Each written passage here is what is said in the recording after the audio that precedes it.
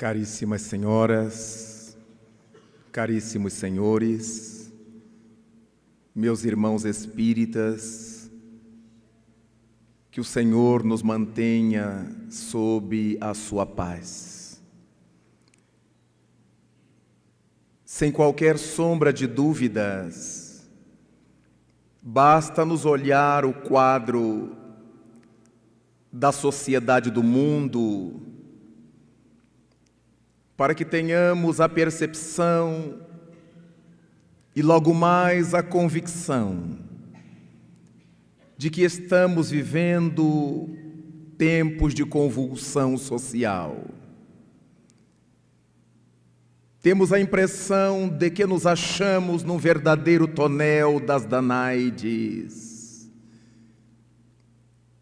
Parece-nos, por outro lado, que a situação planetária e os conflitos humanos jamais terão termo.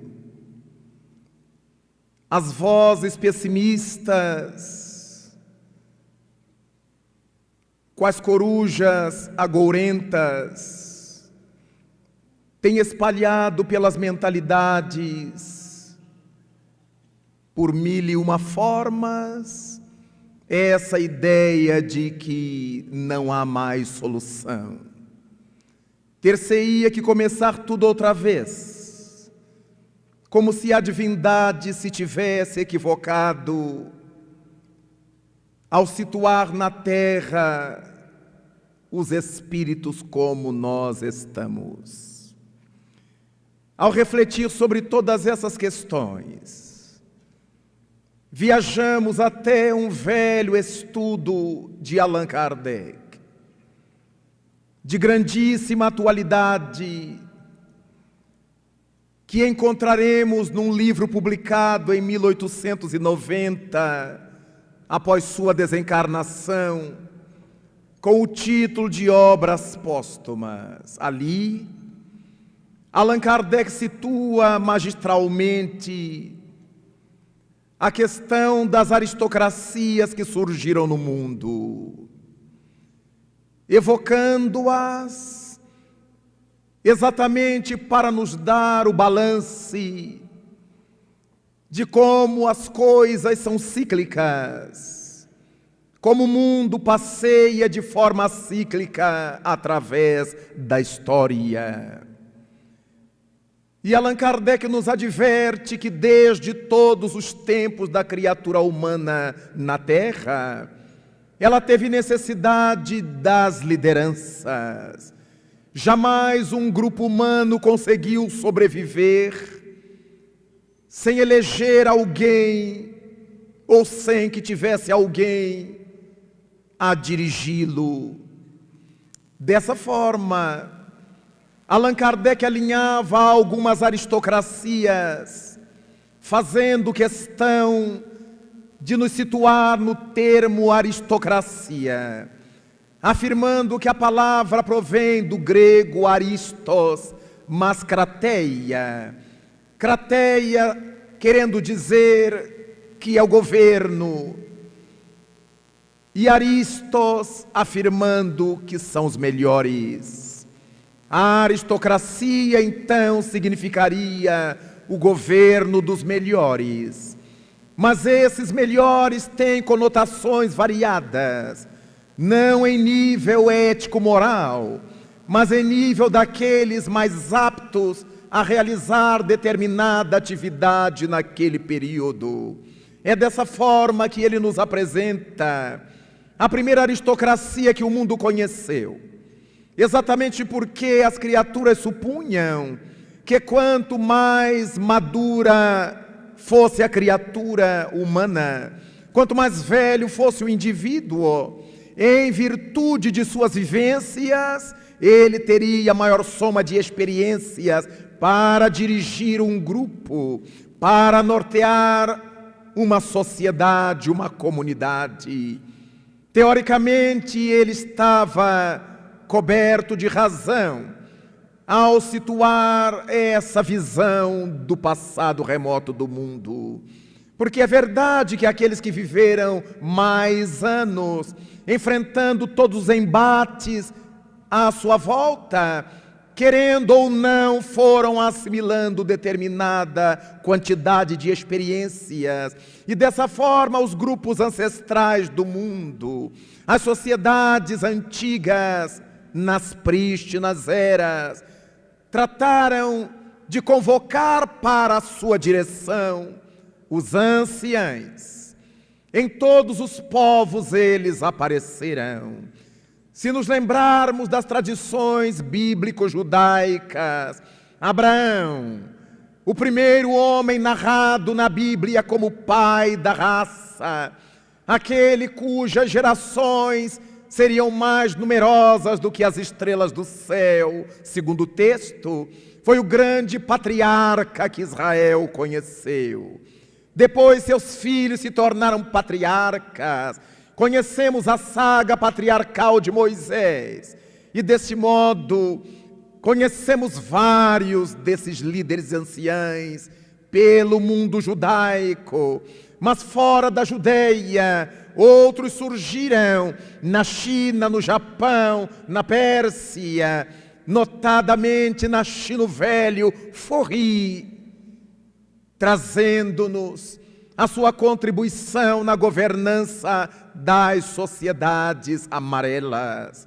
Dessa forma, a aristocracia patriarcal foi atendendo às necessidades dos grupamentos, das sociedades. Os velhos eram conselheiros, conselheirais, tinham maturidade, tinham calma para dirimir conflitos, sabedoria para esperar o transcurso das horas. Mas na medida em que essas sociedades foram se desenvolvendo, os grupos começaram a se defrontar com uma outra situação. Grupos crescidos, desejando maior espaço, desejando maior conforto, tratavam de invadir e tentar dominar outros grupos. E os anciães, por mais sabedoria que tivessem, não tinham cacife, força física para deter essas invasões, essas dominações. E as comunidades, então, trataram de desenvolver um outro pensamento político. Com todo respeito aos anciães, eles agora precisavam de homens fortes, capazes não apenas de lhes dar orientação, mas de dar-lhes proteção contra os inimigos ou os adversários.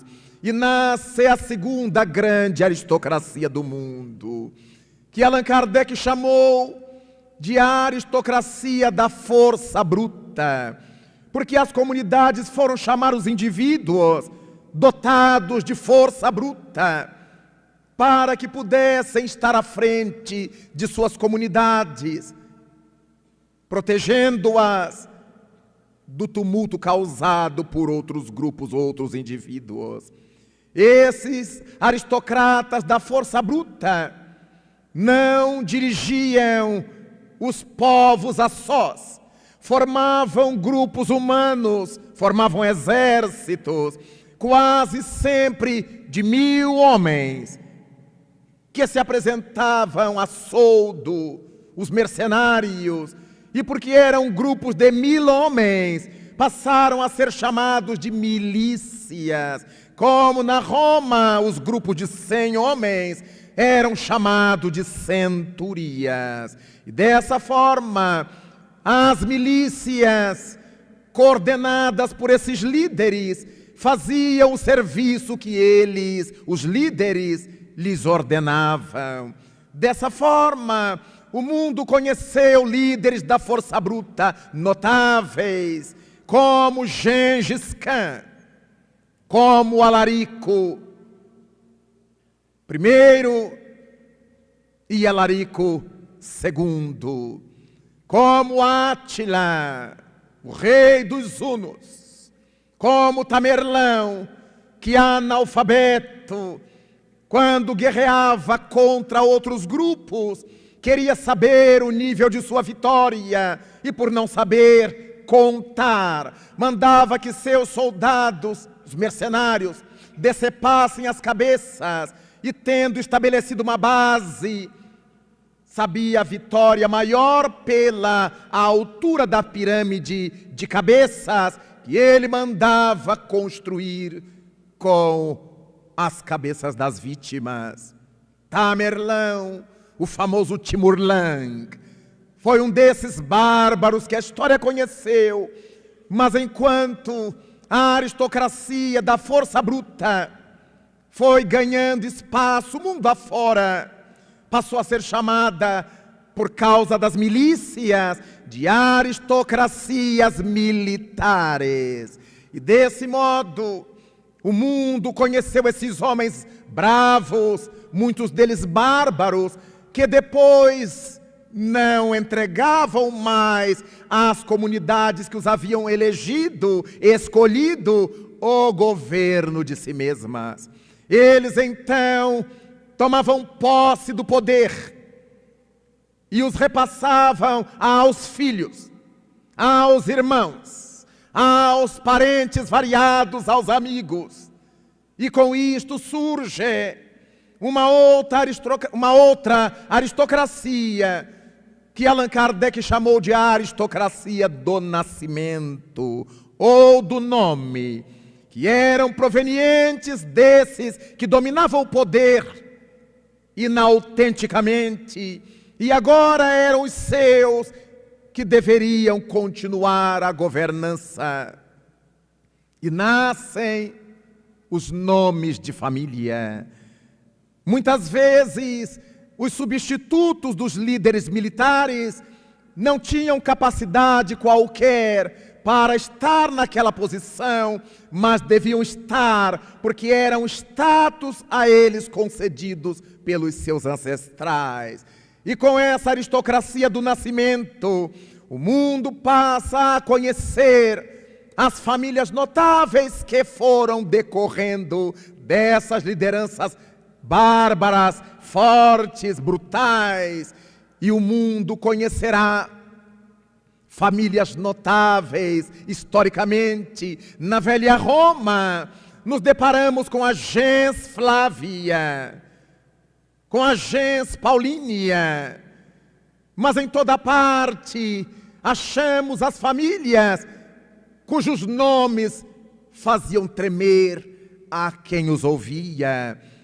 Passamos a tomar contato com os Habsburg, com os Orleans, com os Bragança, com os Médici. Em toda parte as famílias notáveis foram surgindo e essas lideranças do nascimento se postavam como verdadeiras divindades. Alguns se afirmavam divindades, outros filhos delas, com os humanos. E dessa maneira encontramos os grandes líderes pelo nascimento.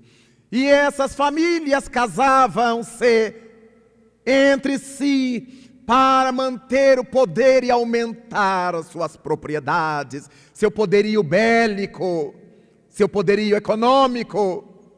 E deste modo, o mundo continua a marchar e conhecemos criaturas notáveis e nomes notáveis que se notabilizaram. Desse modo, então, estávamos vivendo a aristocracia do nome, do nascimento. E, naturalmente, como os herdeiros, de maneira geral, não sabem quanto custou para montar o patrimônio, até porque muitos deles tinham patrimônio herdado de forma espúria por seus pais, também espúrios, tratavam de ir consumindo aquilo que os ancestrais haviam deixado. Na medida em que gastavam até não mais poder, tornavam-se os nobres falidos. Tinham nome, os brasões, as heráldicas, mas viviam na miséria. Ostentavam uma postura que já não podia ser alimentada pelo dinheiro que não tinham. E por causa de tudo isto, o dinheiro passou a ser o ponto fundamental para que essas famílias se mantivessem no poder. E o escravismo passou a vigorar de forma generalizada para que pessoas trabalhassem sem nada perceber, a troco de rala alimentação, de uma proteção singela, quando existiam, e de castigos muitas vezes. Nasce a aristocracia do dinheiro, atrelada à aristocracia do nome. Era importante ter dinheiro, então quanto mais escravos se tinha, quanto mais dinheiro se conseguia.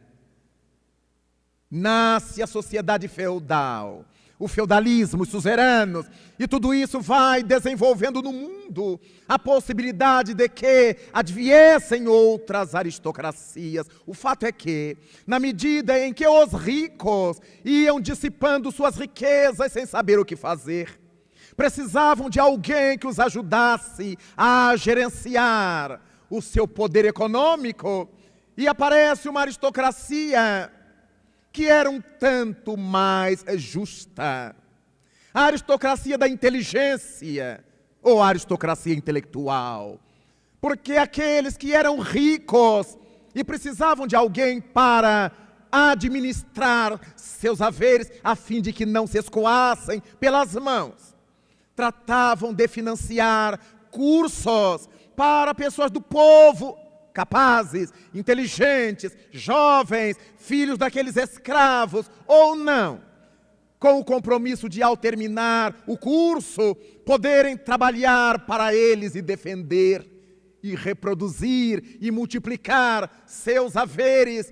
E a aristocracia da inteligência dá ensejo a que muitos desses indivíduos pudessem sair da pobreza, da simplicidade, das classes mais simples da sociedade, para esse panteão do desenvolvimento intelectual.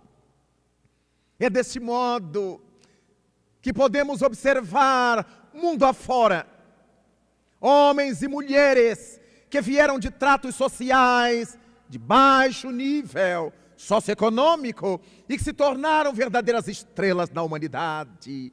Podemos nos lembrar da mulher mais condecorada na ciência do mundo até hoje, Maria Sklodowska, que casou-se com seu velho professor e tornou-se Maria Curie, ou Madame Curie, a maior física de todos os tempos, a única cientista que na mesma vida foi condecorada com 2 prêmios Nobel, um de física, outro de química. Viajou pelo mundo, recebeu honraria de todas as universidades, esteve no Brasil, em São Paulo, a convite do governo da época, para verificar se as águas das termas de Ibirá e de outras do estado paulista eram ou não radioativas.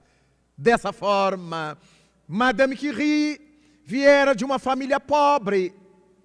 A mãe faleceu, ela ficou cuidando do pai, era a filha maior, e das 2 irmãs mais jovens, que teve o cuidado de mandar para a França, para que ambas estudassem. Ali se casaram, não voltaram mais à Polônia, e somente quando o pai desencarnou, é que Maria Sklodowska, então, num trem que levava cargas e animais, viajou para Paris e foi a primeira mulher a inscrever-se e a estudar na Sorbonne. Depois tornou-se a primeira mulher a lecionar na Sorbonne. Casou-se, teve 2 filhas.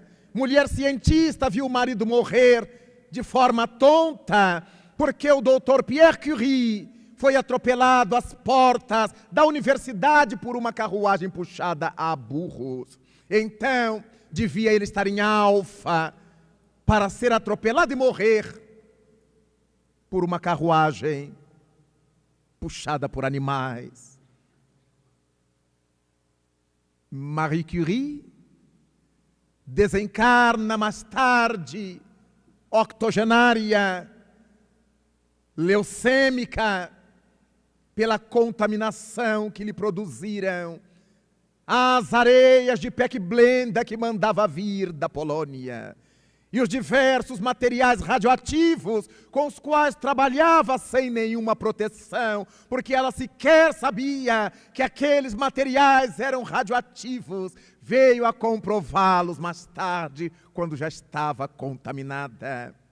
Mas encontramos gênios da classe média como Albert Einstein, o maior físico do século XX, o maior físico teórico, o pai da teoria da relatividade, do tempo e do espaço. Mas encontramos no Brasil o notável príncipe dos escritores, filho de uma lavadeira, no bairro das Laranjeiras, no Rio de Janeiro, mestiço, Machado de Assis, um dos mais notáveis e profícuos escritores do Brasil. Enquanto a mãe lavava roupas, ele brincava ao lado, e cresceu, e estudou, e ela, com as ajudas que recebia, viu o filho formar-se e tornar-se esse gênio literário que acabamos de comemorar o centenário de seu falecimento. Dessa forma, encontraremos pelo mundo afora outros gênios que nas suas respectivas épocas foram ajudando o progresso dessa aristocracia intelectual. Mas Allan Kardec chega à conclusão de que a aristocracia do dinheiro não resolveria os problemas sociais. Tampouco a aristocracia intelectual. Porque se há intelectuais trabalhando em prol do bem, há outros intelectuais trabalhando em prol das sombras, transformando as dádivas da divindade em tragédias para a humanidade. Quando Thomas Edison aproveitou-se da descoberta da eletricidade para inventar a lâmpada de filamento, uma bênção que até hoje não sabemos como agradecer. Houve outras inteligências que maquinaram a cadeira elétrica com a mesma eletricidade. Dessa forma, bem podemos aquilatar que o codificador observava que a inteligência não é a condição fundamental para que alguém governe uma comunidade com o sucesso que se espera. Propôs ele, então, uma nova aristocracia que pudesse, essa sim, estar à frente de qualquer grupamento humano e ter sucesso na sua administração. Allan Kardec propunha a necessidade de que tivéssemos líderes que, ao mesmo tempo que desenvolvessem seu intelecto, para que não fossem estultos e parvos, desenvolvessem também o seu lado ético-moral. E apresenta a sua proposta de uma aristocracia intelecto-moral. Homens de saber, mas que também envergassem essa túnica da dignidade moral. Tão difícil nos dias da humanidade do seu tempo, quanto nesta atualidade. Depois que Allan Kardec se foi, e que nós começamos a refletir em torno dos seus ensinamentos, das suas reflexões e teses, demos-nos conta do acerto com que o codificador enxergou todas essas situações. E quando nos damos conta hoje, exatamente hoje, no terceiro milênio tão esperado, continuamos a viver as mesmas tragédias que as aristocracias permitiram que o codificador observasse ao seu tempo. Fora a questão da aristocracia patriarcal, já inexistente, porque hoje são poucas as pessoas que têm respeito pelos idosos, pelos velhos, que dão importância ao que eles dizem. Tirando essa aristocracia, todas as outras voltaram à liça. Estão em vigor a aristocracia da força bruta. Em toda parte a guerra, a violência, a dominação, a violência urbana, a violência doméstica, esse tipo de situação em que os indivíduos desejam se impor pela força, comunidades desejam se impor pela força bruta. Então, esse tipo de aristocracia está vigorando em nossas sociedades, porque as criaturas honestas, ou teoricamente honestas, passam a ter medo de ir e vir por causa dessa aristocracia da força bruta que tomou o poder. Não se sai de casa à noite por causa dos assaltos, dos roubos, dos sequestros. A força bruta de volta, com uma nova roupagem, porque hoje não fomos nós que os chamamos para governar as nossas cidades, as comunidades silenciadas pelo tráfico de drogas, que cada dia ganha mais espaço em nossas sociedades, sob o silêncio covarde daqueles que nos dizemos criaturas de bem, fazendo-nos lembrar do codificador, quando indagou dos espíritos na obra básica do Espiritismo, o Livro dos Espíritos, na sua pergunta 932, quando desejou saber o codificador qual era a razão pela qual o mal triunfa com tanta facilidade sobre a terra, e os imortais lhe contestaram: por culpa dos bons. Enquanto os maus são ousados e intrigantes, os bons são tímidos. No dia em que eles quiserem, preponderarão.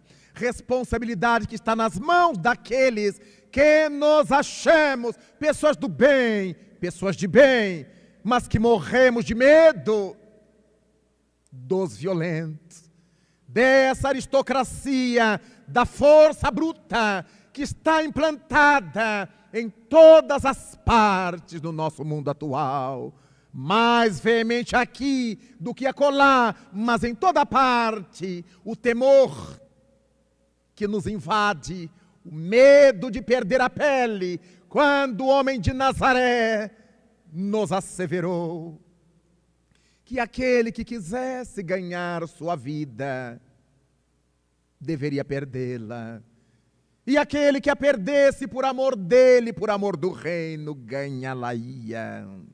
Desse modo, resta-nos reflexionar sobre este momento em que a força bruta nos faz trancafiados em casa, amarrados por milhares de alarmes, com o temor de que possamos ser importunados.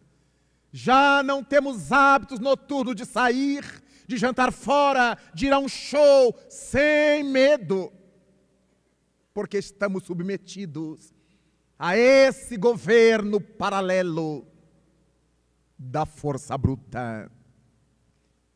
Mas por onde vamos? Nos deparamos com a aristocracia do nascimento, porque esses que são líderes da força bruta emprestam aos seus familiares, filhos, mulheres, parentes, amigos, os seus nomes.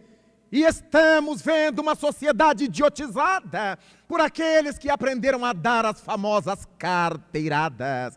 E não é nada mais do que a aristocracia do nascimento. Você sabe com quem está falando? É claro que a gente sabe, deve ser um ajumentado, um estúpido. Mas o medo da força bruta nos faz silenciar. E eles vão tendo acessos fáceis em nome do medo que impõem com as carteiradas.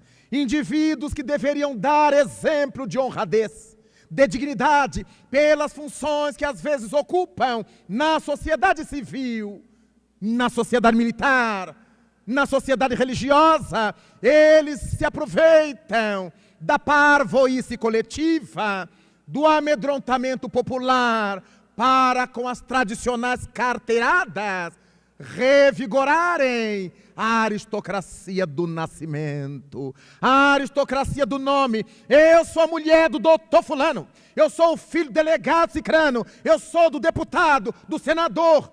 Mas essas pessoas é que deveriam dar exemplo de honradez, de dignidade, de honestidade, de sanidade social. Estamos vivendo o período da aristocracia do nome, do nascimento. Mas também estamos enredados, nestes dias, na aristocracia do dinheiro. As criaturas se vendem por qualquer real, matam por qualquer real, morrem por qualquer real,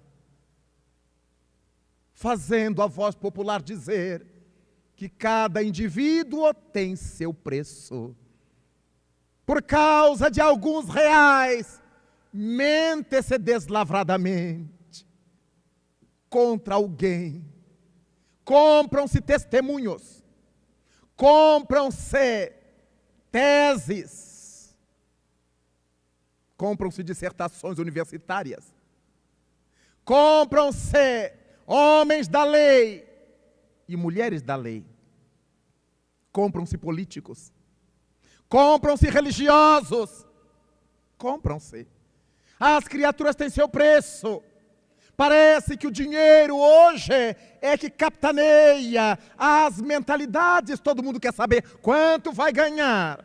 As jovens, quantas delas se desnudam, posam nuas, porque vão comprar apartamento, carro, isso, aquilo, com a nudez estampada nas revistas, como rapazes que fazem o mesmo. Mas Jesus Cristo nos havia ensinado que o escândalo é necessário, ai, porém, daquele que o provoque. Essas moças e rapazes, homens e mulheres, que posam libidinosamente para o desequilíbrio da sexualidade de tantos, receberão, por terem sido motivo de escândalo, a reciprocidade daqueles pensamentos em desajuste, em desalinho, e só Deus sabe a repercussão desses desejos, a olhar a figura, a foto, a fisionomia, o nome, os desejos que a mente dirige aos donos e às donas das fotos. Estamos no período da aristocracia do dinheiro. Ninguém faz nada se não ganhar dinheiro. Que dificuldade de se conseguir voluntários para uma obra do bem, para um trabalho social, porque as pessoas querem ganhar dinheiro. E é um período tão louco que quando não se o ganha honestamente, se os furta, se os rouba, desde servidores domésticos que vão levando dos patrões as joias, as comidas, as latarias, vão levando o que podem, até os mais altos poderosos, que roubam cinicamente altas somas e confessam descaradamente que, como não estava escrito que não podia fazer, a aristocracia do dinheiro. Por isso, encontramos nestes tempos em vigor também a aristocracia da inteligência. As criaturas sagazes que escrevem leis e deixam os furos para eles próprios aproveitarem. Fazem decretos cheios de imperfeições e depois eles dirão cinicamente: eu estou baseado na lei, o que eu faço é legal, A minha corrupção é legal, mas é imoral, indubitavelmente. Por isto, estamos tendo de volta nestes dias as várias aristocracias que Allan Kardec nos definiu, todas conjugadas, demonstrando que, de fato, elas não desapareceram do mundo, elas se diluíram no mundo, na medida em que a população do mundo se foi ampliando. Quantos dentre nós, então, alimentamos todas elas pela incapacidade de trabalharmos a educação nesses tempos atormentados da sociedade? Somos nós, com as exceções louváveis, que estamos alimentando esses processos. Porque quando vemos a aristocracia da força bruta ganhando terreno em nossos horizontes, ficamos vendo a maneira como as famílias orientam seus filhos. Se apanhar na rua, bata também. Não me traga desaforo para casa. Se vier chorando, apanha de novo. Se fizer com você, bata. Seu pai resolve. Seu pai depois segura sua mãe, está aqui. Estamos na época em que os meninos dizem desaforo aos professores e os pais vão tirar satisfação com os professores. Os professores chamam a atenção do menino rebelde e os pais, ao invés de consertar o filho rebelde, vão brigar com a direção da escola, vão querer tirar o professor da posição.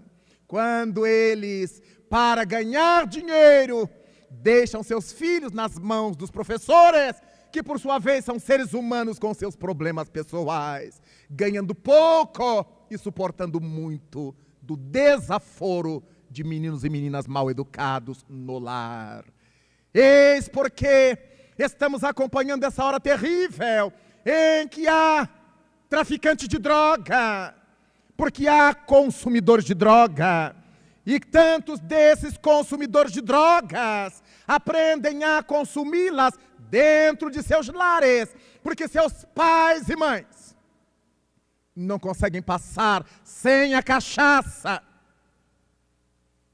Tem espíritas que, para não ter tanto problema, usam a cachaça santa, cachaça São Francisco, porque essa é abençoada, é uma cachaça fluidificada, mas não conseguem passar sem o uísque, não conseguem passar sem seu rum.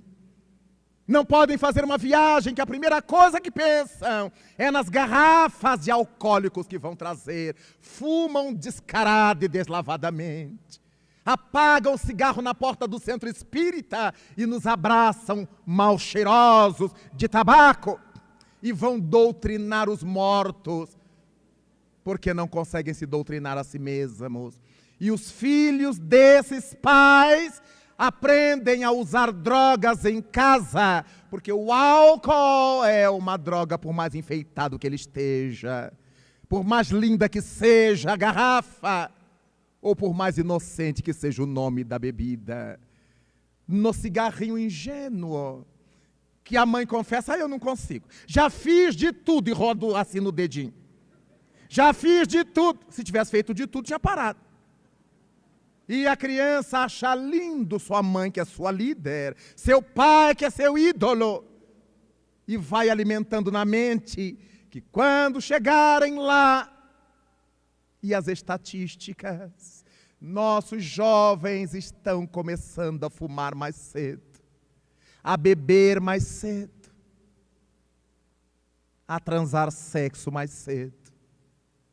E nós estamos achando lindo nosso pequenino tirar foto beijando a boca da outra pequenina para estamparmos nos nossos álbuns.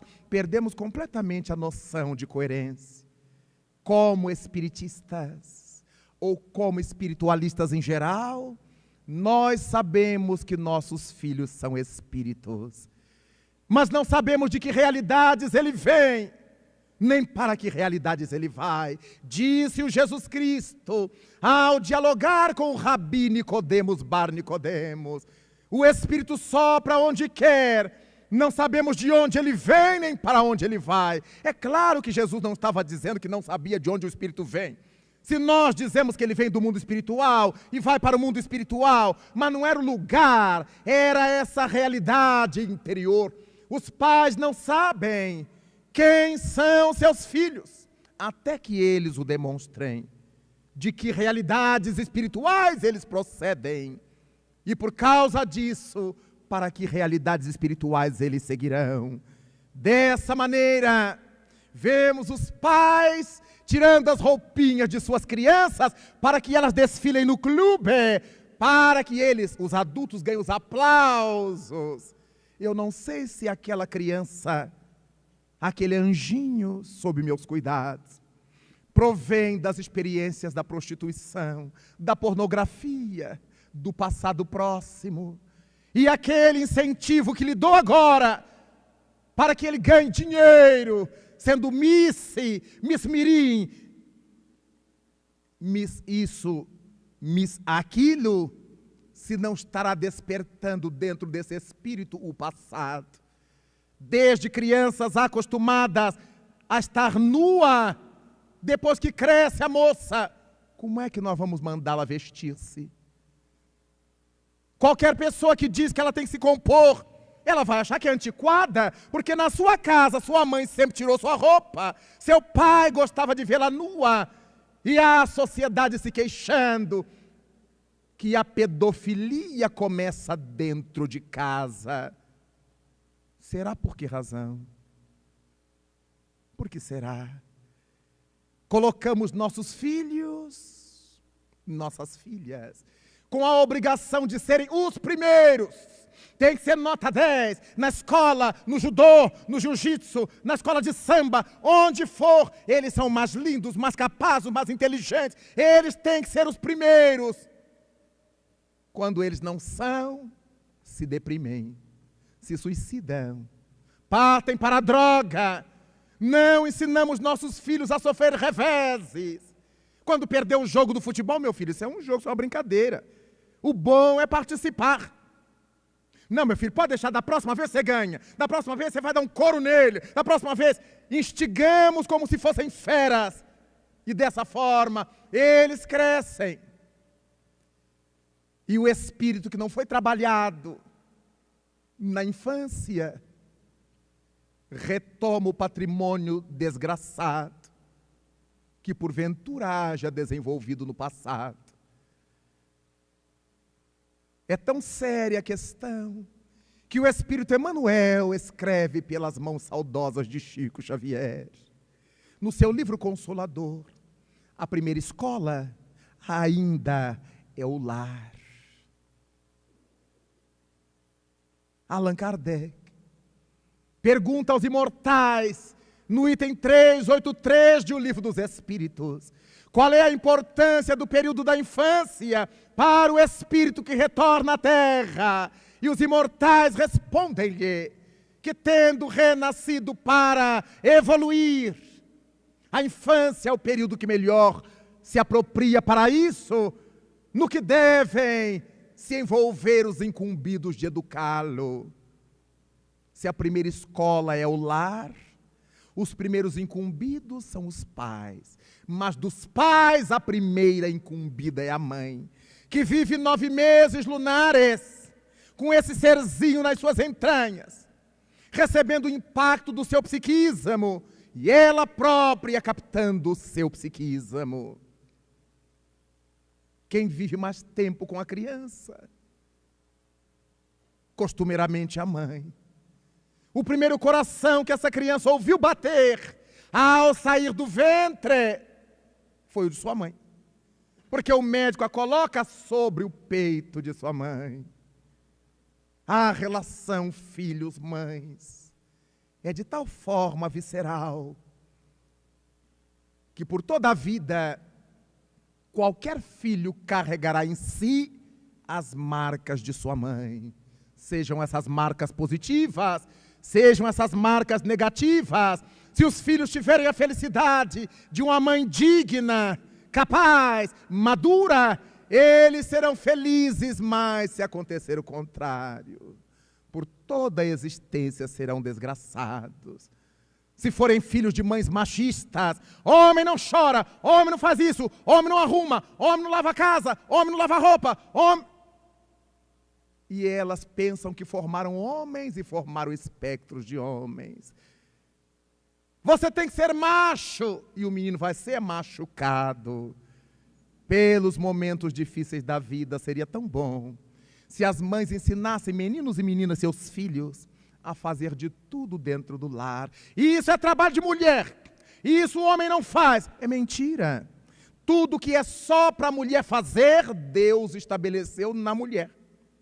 Por mais que os homens amem crianças, só a mulher pode ficar grávida.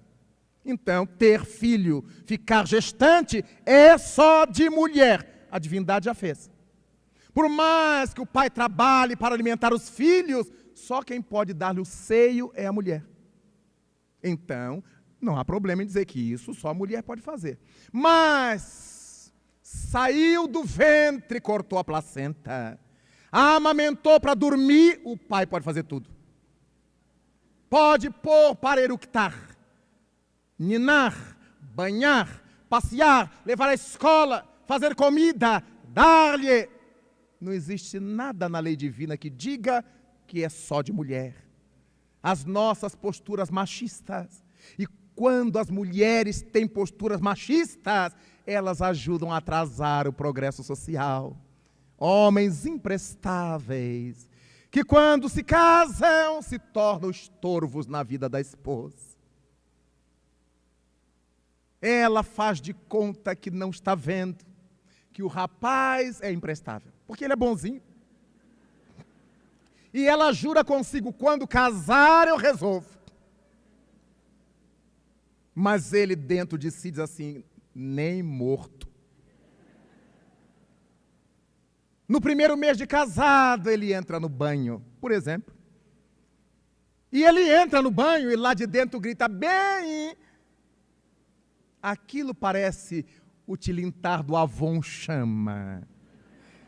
Traz minha toalha. E ela leva a toalha com anagrama, recém-casados, é uma bênção. No outro dia, bem, é outro dindom. Meu chinelo. No 6º mês, ela já vai emburrada, porque você não levou. Um ano depois, eu não sou sua empregada. Levasse. E se ele tiver a petulância de dizer, mas minha mãe fazia, não há coisa pior para a esposa do que compará-la à sogra. Se um homem disser para sua esposa, minha mãe fazia, ela lhe dirá, por que não casou com sua mãe? E começam as tragédias criadas pela mãe. Não há nenhum problema ensinar os nossos filhos a fazer as coisas pequenas em casa, a nos ajudar em casa, mas nós criamos os corruptos e os corruptores. Meu filho, ajuda papai que lavar o carro. O que você vai me dar, pai? Você me dá R$10? Nenhum pai precisa agredir o filho quando ele lhe faz essa proposta. Não precisa xingá-lo, não precisa perder o bom humor. Basta dizer, vou lhe dar carona, meu filho. Sou eu que lhe levo à escola, lhe levo às festas, lhe vou buscar. Então você vai ajudar a lavar o carro que é seu. Se você não quiser ajudar, mas também você vai a pé para a escola. E a menina que a mãe chama para ajudar em casa, a fazer um serviço qualquer. O que você vai me dar, mãe? Vou lhe dar a comida que você vai comer. A roupa limpa que você vai usar. A casa cheirosa que você vai morar. Então, é seu dever ajudar a mamãe. Sem precisar gritar, xingar, dizer desaforo. Apenas ensinar. E quantas vezes os pais têm preguiça de ensinar. As mães dizem assim, eu prefiro fazer, porque demora tanto. Claro que é neurose. Demora, mas aprende para sempre. E se ela fizer sempre, ele não vai aprender nunca. Então, hoje em dia, com as exceções louváveis, os rapazes não sabem fazer, nem as moças. Porque os pais querem que elas estudem. Mas qual é o problema? Qual é a contradição entre estudar e fazer um serviço doméstico? Será que serviço doméstico é somente para gente estulta, tonta, analfabeta? Não. Isso valoriza a criatura. Esses valores domésticos nós estamos deixando de lado. Agora qualquer moçoila quer ser top model. Então não precisa estudar.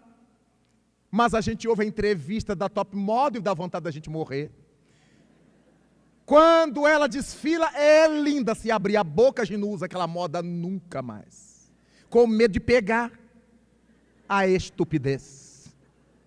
Os rapazes querem ser jogadores de futebol. O mundo que nós estamos criando por causa do fator dinheiro. É ganhar dinheiro. E as mães mandam suas meninas de 13 anos para as agências de modelos. Numa visita que fiz a Milão, para falar numa instituição espírita dali, notei que na instituição espírita, quem mais frequentava eram jovens brasileiros, que foram para Milão, com as agências famosas para desfilar. Não conseguiam contratos, entravam na droga, na prostituição. E uma modelo mais ajuizada do Rio de Janeiro tratava de levar aqueles moços para o centro espírita. E eu lhes perguntei a idade de vários. 15 anos, agora, já estavam lá 2, 3 anos, 16 anos, inseguros, amedrontados num país como a Itália, numa cidade megalopótica como Milão. O medo, o pavor, a insegurança os empurravam para as drogas. E as mães para ganhar o dinheiro dos filhos, para tê-los com sucesso. E os pais que permitiram. Quantos são os pais que não estão preocupados com a felicidade dos filhos, mas sim com o sucesso deles? Eles têm que brilhar, ainda que infelizes, neuróticos, desgraçados internamente, conflitados. Que mundo é este? Allan Kardec então propõe a aristocracia intelecto-moral. Se todas as comunidades fossem governadas por homens e mulheres com esses valores, criaturas com saber intelectual e com sensibilidade moral, como Madame Curie, uma das notáveis feministas da Europa, mas não era feminista da prostituição, casou-se, mostrou que a mulher pode casar-se e ser profissional. Era cientista, pesquisadora e criou as 2 filhas, que se tornaram cientistas também e se casaram com cientistas. Foi mulher, esposa, cientista, mãe, dizendo que é possível. Desenvolvida intelectualmente e de uma dignidade a toda prova, uma moral imbatível de Madame Curie.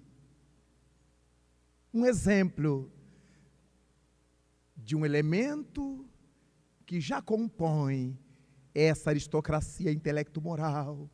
Quando pensamos que no Rio de Janeiro, um médico notável se tornou político, Adolfo Bezerra de Menezes Cavalcante, um homem que sabia e amava. O velhinho bom. O professor Eurípides Barçanufo, em Sacramento, nas Minas Gerais. O homem que sabia, um homem que amava. Foi prefeito de sua cidade. E até hoje a caixa d'água da cidade foi mandada construir por Eurípides Barçanufo.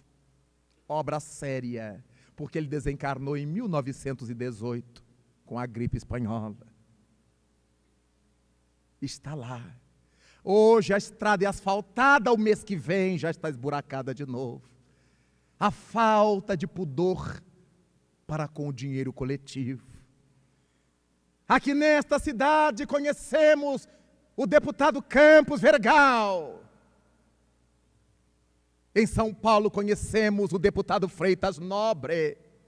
Homens que sabiam, homens espíritas, capazes de amar, de entender, homens da paz, em toda parte. Ficamos verificando esses exemplos notáveis.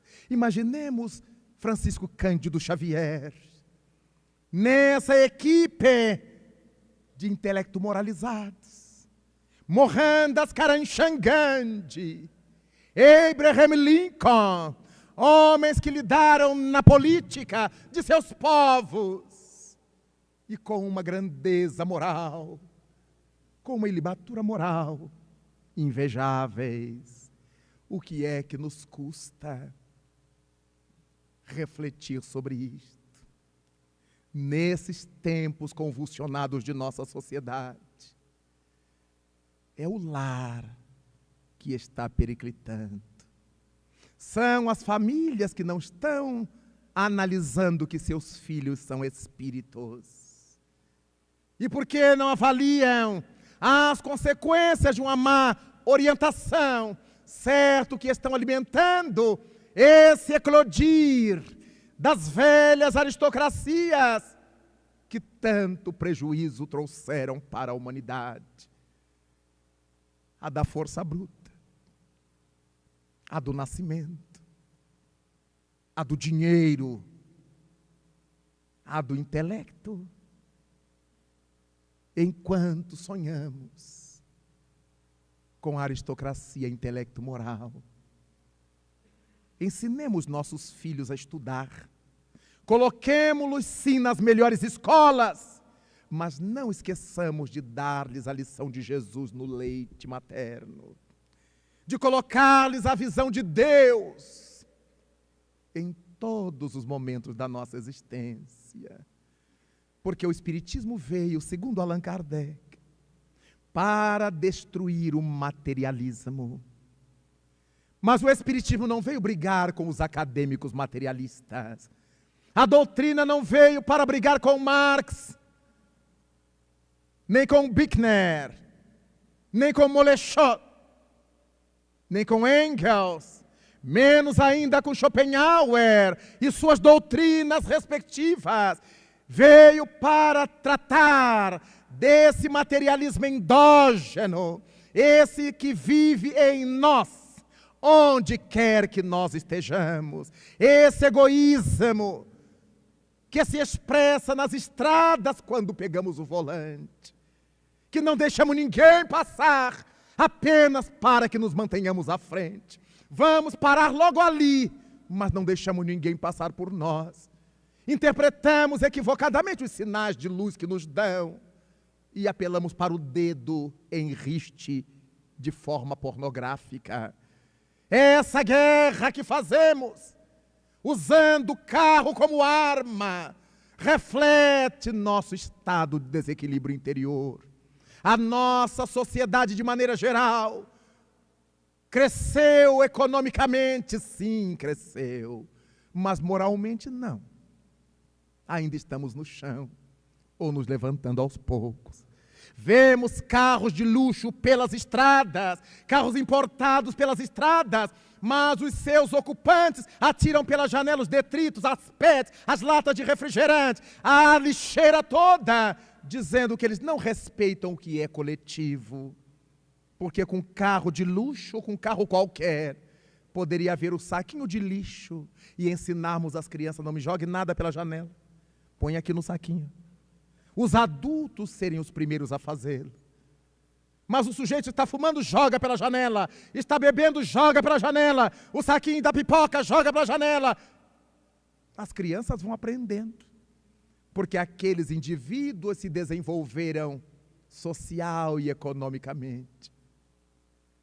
Mas ainda são bárbaros, são brutos em termos de procedimento ético-moral. É por causa disso que quando nos reunimos numa ocorrência como esta, no 14º Congresso Espírita, desse Estado que é a locomotiva do Brasil, sem qualquer favor.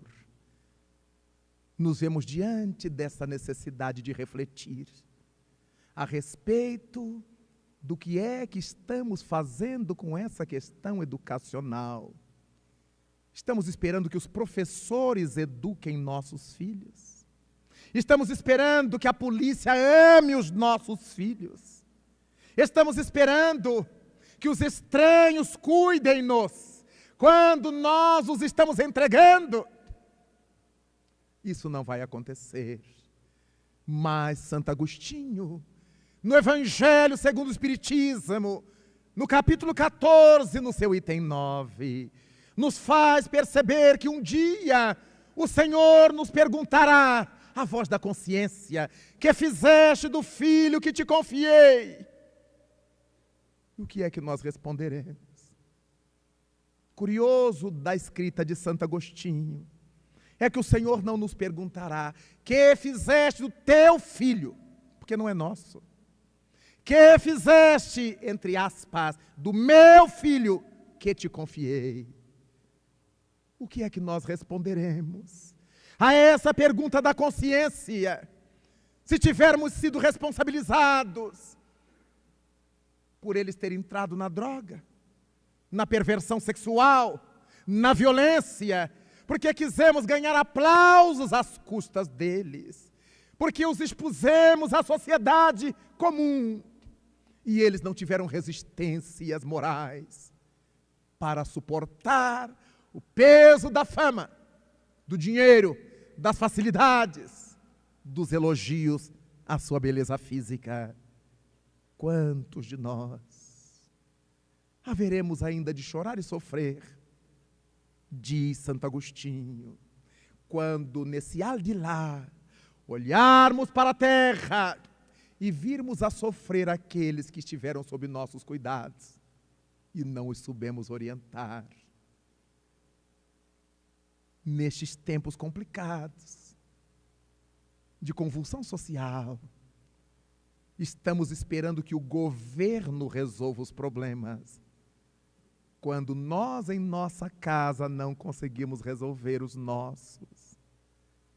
Como é que poderemos esperar que governos que não fazem parte da aristocracia intelecto-moral possam resolver problemas de uma nação, se cada família não se vê habilitada em resolver seus próprios problemas? Cada pai, cada mãe, quando acender o seu inseparável cigarro, pense que tem sido contribuidor dos traficantes de droga. Quando encherem seus copos de alcoólicos para festejar, só Deus sabe o quê, estão contribuindo com os traficantes de droga. Porque aquele que usa drogas pesadas começou nessas drogas chamadas lícitas, inocentes, que os cristãos gostam de ter em casa, no barzinho, tão chique, tão indispensável, tão infeliz. Nesta hora, digamos a Jesus que precisamos do seu apoio, dos números tutelares que trabalham em nosso contato no movimento espírita, para que despertemos desse letargo, para que não tenhamos crises de consciência mais tarde. Peçamos a Jesus de Nazaré que as suas falanges de amor não nos deixem, porque como estabeleceu o Espírito Emmanuel, se os prepostos de Jesus cochilassem um único segundo, a terra inteira seria invadida por um processo de obsessão coletiva. Dessa forma, qual é a nossa contribuição para o reino dos céus? O que estamos fazendo com os filhos de Deus confiados a nós, temporariamente? Cada qual responderá por si. Mas entenderemos, por fim, que essa crise da sociedade se deve à crise das famílias. Deste modo, aproximemo-nos mais de Jesus. Não do Jesus teórico dos teólogos, mas desse Cristo vivo, que a doutrina espírita nos trouxe, esse modelo, esse guia para cada um dos nossos momentos na terra, e marcados pela felicidade do seu contato, iluminados pelo fervor do seu convívio, nós todos então nos daremos as mãos e simbolicamente nos poremos genuflexos diante do altar da vida, perante as constelações, e pais e mães, tios e avós, irmãos maiores, nos uniremos nessa cruzada de salvar a família, a partir da educação dos pequenos, dos jovens, dos moços, e todos nós possamos então cantar mirando as constelações.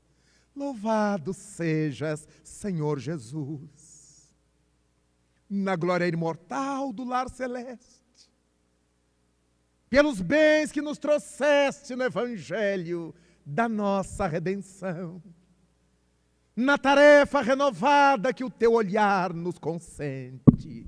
Hoje, de espírito reverente, nós rogamos pelo teu amor. Pobres cegos, que há milênios estamos fugindo à luz a qual nos elevas. Hoje, porém, Senhor, a nossa oração rompe as trevas, e se possível vem retificar o nosso passo, a fim de que trilhemos a estrada corrigida. Vem sustentar nossa vida, na fonte inesgotável do eterno bem. Dá-nos, Jesus, tua bênção, bênção que nos conforta, bênção que nos levanta, para que a tua doutrina santa, esse imbatível espiritismo, vibre pura, viva dentro de nós. Faze, Senhor, com que nós todos, nessa caminhada incessante, a cada dia, em todo instante, possamos ouvir tua voz.